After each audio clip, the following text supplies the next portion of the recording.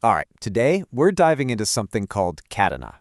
It's a new Layer 2 blockchain, and it's being built to solve one of the most frustrating problems in all of DeFi. You know, those yields that look way too good to be true, mainly because, well, they often are.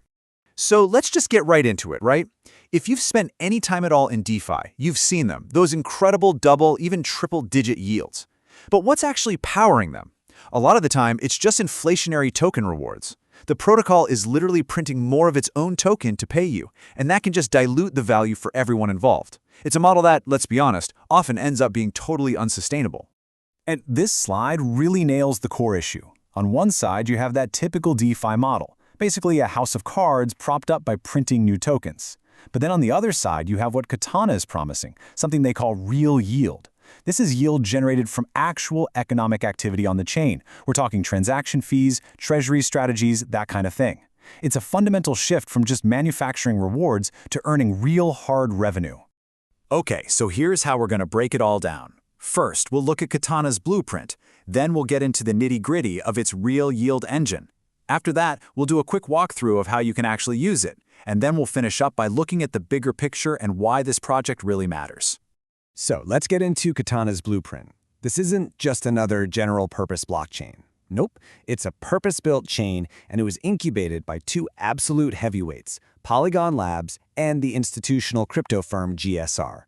So what is it, technically speaking? Well, Katana is a Layer 2 blockchain built using Polygon's Chain Development Kit, or CDK. It uses ZK proofs, which helps keep transactions super fast and secure.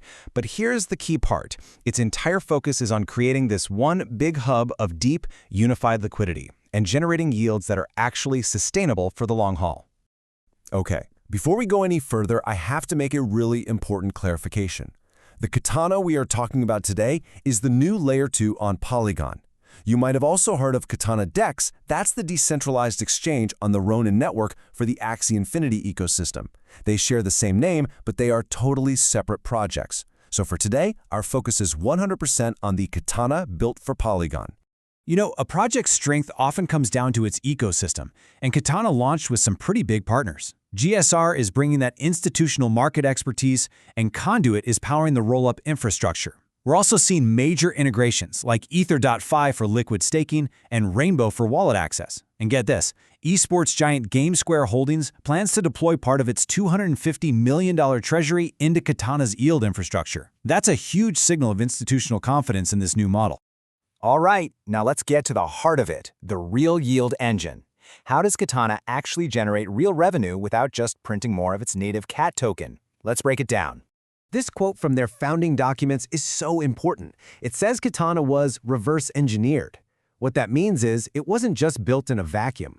It was designed from the ground up to solve a very specific problem for Polygon's agri-layer, the need for a deep, reliable source of liquidity and yield to make everything work smoothly across a bunch of different chains. Katana's model really sits on four key pillars. First, the VaultBridge actually earns yield on assets as they're being bridged over. Second, its native stablecoin, AUSD, generates yield from its own treasury holdings. Third, it collects the standard transaction fees, what they call net sequencer fees. And finally, it uses a piece of those fees to build up something called chain-owned liquidity. The protocol itself basically becomes a liquidity provider, earning even more fees. It creates this really powerful flywheel effect.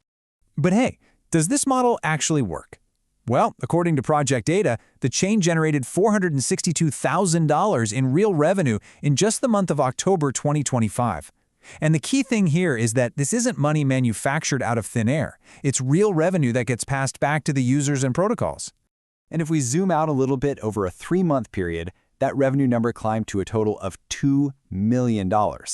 So this doesn't just show a proof of concept. It shows a model that seems to be scaling really effectively as more usage and value comes onto the chain. Okay, so that's all the theory, but how do you actually use this thing? Let's walk through a quick user guide for getting started in the Katana ecosystem. So step 1 is getting your assets onto the network. You do this through their native VaultBridge. You just connect your wallet, pick the token and the amount you want to send over, and confirm the transaction. And like we said, this bridge is designed to be productive, so it puts those assets to work from the moment they cross over. Once your funds are on Katana, the next logical step is to trade. The main decentralized exchange on Katana is Sushi. The process is pretty standard. You select your trading pair, approve the token if it's your first time, and then execute the swap. The whole idea here is to concentrate liquidity on one main DEX to make sure slippage is as low as possible for users. And finally, if you want to get involved in governance and earn a piece of the protocol's fees, you can stake the native KAT token. You lock your KAT, which lets you mint vKAT, and that represents your voting power. Then you can use your vKAT to vote on proposals or delegate to different strategies to earn rewards. So we've seen the what and the how, but why does any of this truly matter? Let's zoom out and look at the bigger picture for a second. So here's the really crucial point. Katana isn't just another chain trying to compete for users. Its main mission is to act as a foundational liquidity layer for Polygon's AG layer. Think of the AG layer as like a universal translator for blockchains. It lets a ton of different chains talk to each other and share liquidity. By providing that deep, ready-to-go liquidity, Katana helps create a future where you can move assets seamlessly across all these chains without ever even realizing you're switching networks. It's a key piece of the puzzle. Now, looking ahead, here are some key dates on Katana's roadmap. The mainnet launched back in June 2025. A really important date for token holders is February 2026. That's when the initial 9-month lockup period ends. And looking even further, a listing on the centralized exchange xt.com is slated from March 18, 2026, which should make the token a lot more accessible. And here's just a quick snapshot of the tokenomics for the KAT token. It has a fixed total supply of 10 billion tokens. As of late 2025, the circulating supply was 0, and that's because of that initial 9-month lockup for early participants. It's a mechanism they put in place to really encourage long-term alignment with the project. Which brings us to our final question.